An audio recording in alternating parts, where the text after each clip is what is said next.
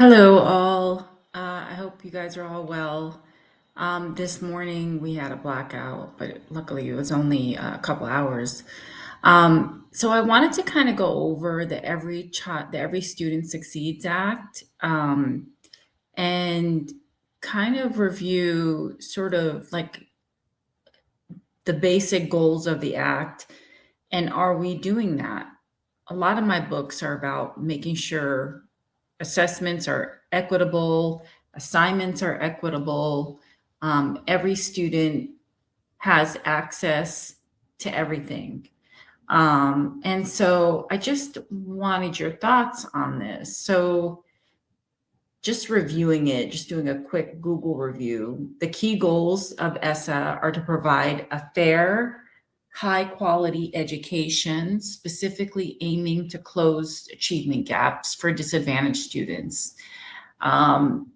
State flexibility, there's a shift, accountability and school improvement strategies from federal control to states, allowing them to determine how to measure success, standardized testing, maintain annual testing in grades 3 through 8, and once in high school to measure progress while reducing the stakes compared to the NCLB, the No Child Left Behind Act. So I just kind of wanted to go over the specifics a little bit and to see, what your thoughts are. It was signed by Obama, and it's a good thing. So these are some of the provisions. Advances equity by upholding critical protections for America's disadvantaged and high need students. So I think that goes for students with disabilities, multilingual students, English learners, anyone who needs support. Requires for the first time that all students in America be taught to high academic standards that will prepare them to succeed in college and careers. Do you think that there's high academic standards going on in schools, and are those high academic standards being provided to America's disadvantaged and high need students?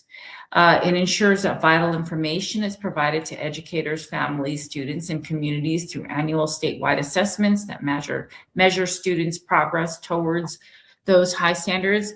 I do think that families are being communicated. Like in California, they have the educational dashboard, which is made accessible to everyone. And it basically tells how districts are doing, and it talks about all of the high need groups, how they're doing, and what we need to do to improve. So it helps to support and grow local innovations, including evidence-based and place-based interventions developed by local leaders and educators. Sustains and expands this administration's historic investments in increasing access to high-quality preschool, and maintains an expectation that there will be accountability and action to affect positive change in our lowest performing schools, where groups of students are not making progress and where graduation rates are low over extended periods of time. So I kind of wanted your thoughts on that, because, do you think this is happening in our schools?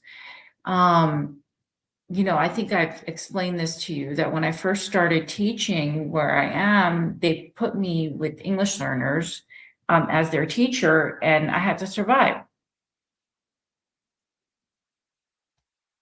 I mean, I was able to navigate things. There were resources available on site, but a lot of the other stuff I had to figure out on my own.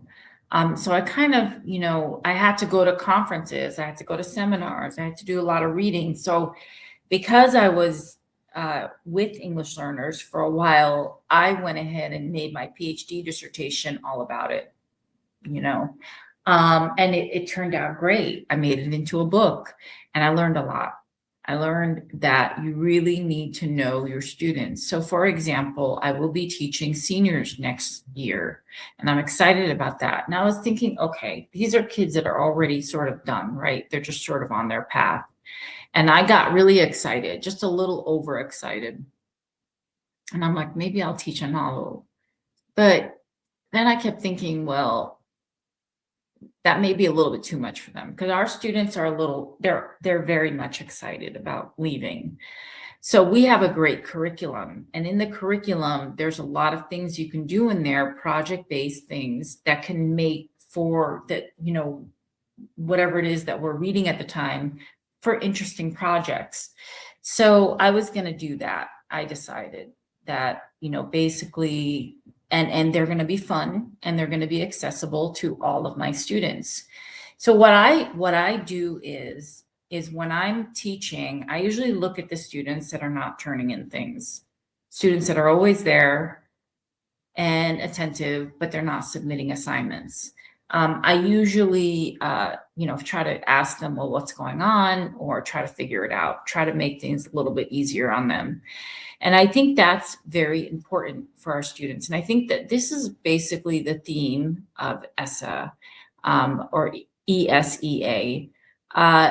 It's to make things accessible, not watered down. You still have to give them the curriculum in a way that supports them and, helps their learning, but and also helps them grow, right?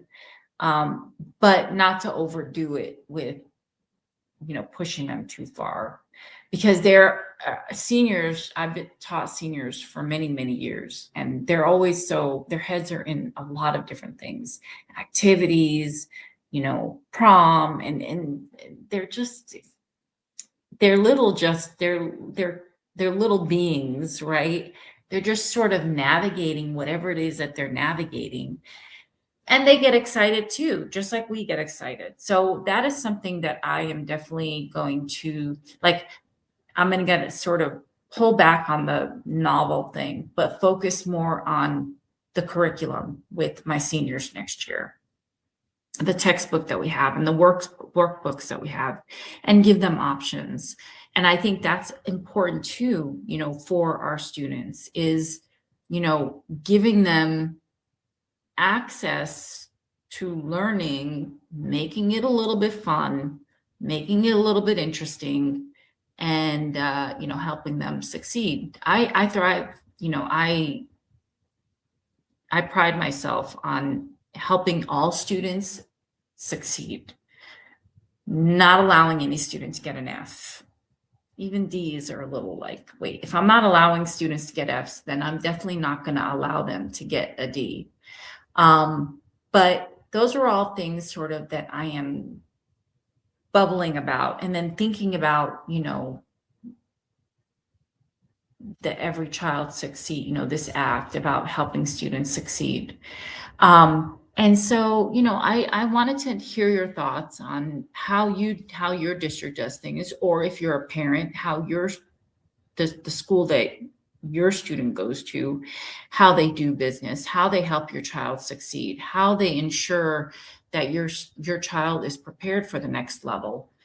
So those are some thoughts. And I wanted to do more like laws and act discussions, because I think it's important to talk about those things. These are laws, right? If it's a law, then we should be doing it in our classrooms, right? So those are all things we need to think about. And it doesn't matter what the child's background is, we have to help them succeed. And so I'm excited about teaching seniors next year. I really am, even though, they're seniors and they're going to need as much support as possible. One thing I'm definitely also going to be working on, because I didn't do that last time, they needed letters of recommendations. I'm definitely going to be in 100%. If they need a letter of recommendation, I'm doing it. Yeah, I'm just going to do it to help them and support them. I think I got so busy with a lot of the other things, my head wasn't in the game for those. But I do think that students need to do it. Plus, I also came from an alternative high school, and there weren't a lot of letters of recommendations being asked for at that level. So I think just sort of shifting my mindset is important too. Now I'm at a regular high school, so students need it. But so what are your thoughts on all of that stuff? Sort of helping all students succeed. Does it happen? What do you think? How would you, if you're a teacher and your student is failing, how do you help them succeed? How do you motivate them? So what are your thoughts on this? I certainly am 100% in helping all students succeed, no matter what. Even if they, even if they don't like to write, I let them talk it out, and there you go, boom. I mean, the evidence would have to be a recording, which is fine, but those are all things you would have to sort of talk about, talk it out, with your colleagues, or figure it out on your own. Or if you need help, you reach out to me, why not? But so what do you think? Anyway, those are some thoughts. I don't want to belabor this too long, because we all have attention spans. I certainly have a very short attention span. If something is not engaging, I won't stick to it. Anyway, have a great Friday.